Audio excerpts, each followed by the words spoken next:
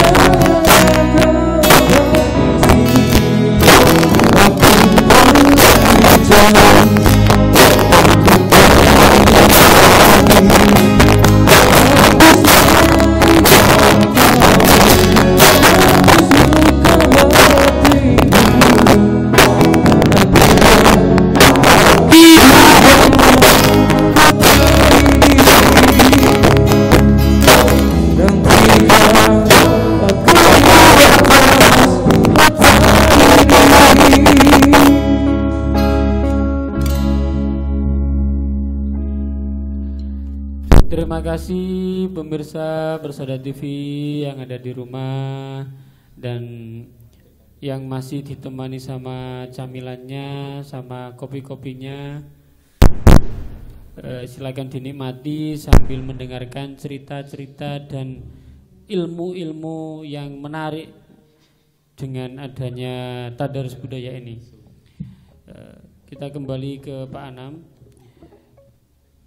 Dari KKB Sunan Derajat ini memunculkan bisa berapa profesionalisme atau bisa memunculkan berapa profesi bagi dunia profesional itu.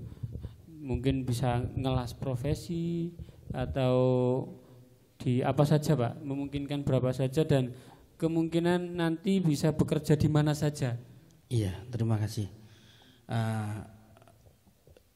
Jurusan konstruksi kapal baja ini tamatannya, kompetensi tamatannya itu satu, sip desain, bisa lulusannya bisa desain kapal pakai AutoCAD, bisa dijual desainnya ini nanti mahal itu Pak. Berarti sekali kerja, sekali keluar itu sudah bisa jualan maketnya saja Pak ya? Jualan gambarnya. Jualan gambarnya harapannya saja. seperti itu. Nah, bisa sip desain. Yang kedua adalah sip building. Bisa membuat kapal baru. Jadi tidak buat sendiri, otomatis gabung dengan galangan. Galangan yang bisa. Artinya bisa bekerja dengan tim membuat kapal. Kalau membuat sendiri nggak bisa, siapapun juga nggak bisa. Iya. Yang ketiga, selain ship building itu ada ship repair. Jadi anak-anak KKB itu bisa memperbaiki kapal-kapal yang rusak. Karena di galangan itu tidak hanya membangun kapal baru, juga kapal rusak juga diservis kayak sepeda motor, kayak berarti kendaraan. Istilahnya kalau dia punya uang atau anaknya orang punya uang kan bisa mempunyai perusahaan sendiri Pak.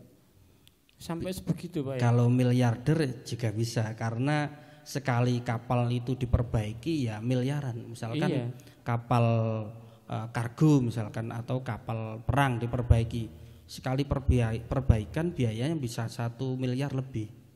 Lah ini bisa bekerja di situ anak-anak ya. Memang tujuannya sekolah di SMK itu dijamin bisa kerja langsung. Nah kerjanya ini di galangan otomatis. Yang selain ship repair ada pemeliharaan, maintenance. Jadi kapal-kapal itu tidak selain tidak hanya rusak, sebenarnya masih bisa, tapi bisa dirawat biar mungkin lebih diperbarui dengan cat atau apa gitu Pak ya. Iya. Selain itu yang keempat, anak-anak itu jurusan KKB lulusannya itu paling tidak pasti bisa ngelas. Selain bisa gambar, bisa ngelas. Bisa ngelas. Terus ada yang selanjutnya selain welding, ada drilling. Apa itu Pak? Ngebor. Ya, tempat di kapal-kapal kan ada. Selain itu ada marking, bisa marking. Apa itu marking, Pak? Marking itu nandai plat, nandai balok, nandai pipa yang mau di blending, yang mau di cutting, yang mau di drilling, itu namanya marking, ditandai.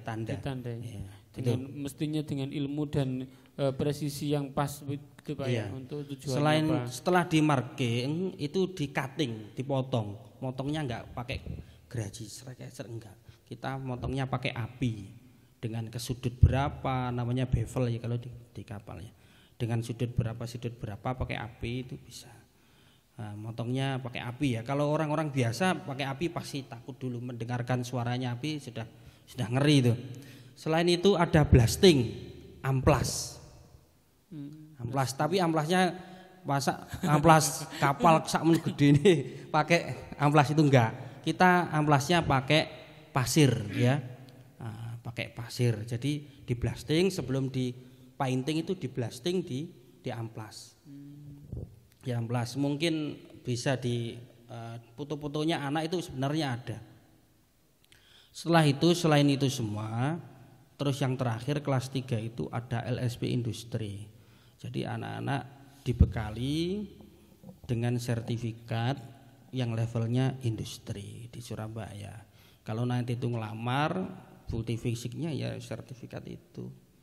Sehingga meyakinkan pihak galangan bahwa anak dari SMK Sunan Derajat itu punya sertifikat kompetensi di bidang kapal dengan sertifikat LSP itu. Berarti ini pembahasannya hanya seputar galangan kapal, tidak kemudian kalau sudah di situ bisa bekerja untuk menangkap ikan atau sudah beda, itu sudah beda jurusan. Kita membangun, memelihara dan merawat kapal. Oh gitu Pak ya. Sudah beda jurusan. Bahkan tamatan-tamatan KKB ini sudah ada yang ada di luar negeri, di Jepang sudah ada. Kita di mampu kok kalangan bicara kapal yang seperti itu tadi ya. Jepang, iya, kita mampu kok lulusan SMK Sunan Derajat sampai ke Jepang. Bisa, asalkan kita sungguh-sungguh. Itu. Yang ada di sekitar sini apa ada? Ada juga. Kalau ketemu alumni, ada forum alumni, insya Allah bisa ketemu. Apa ada yang kuliah? Ada juga yang kuliah.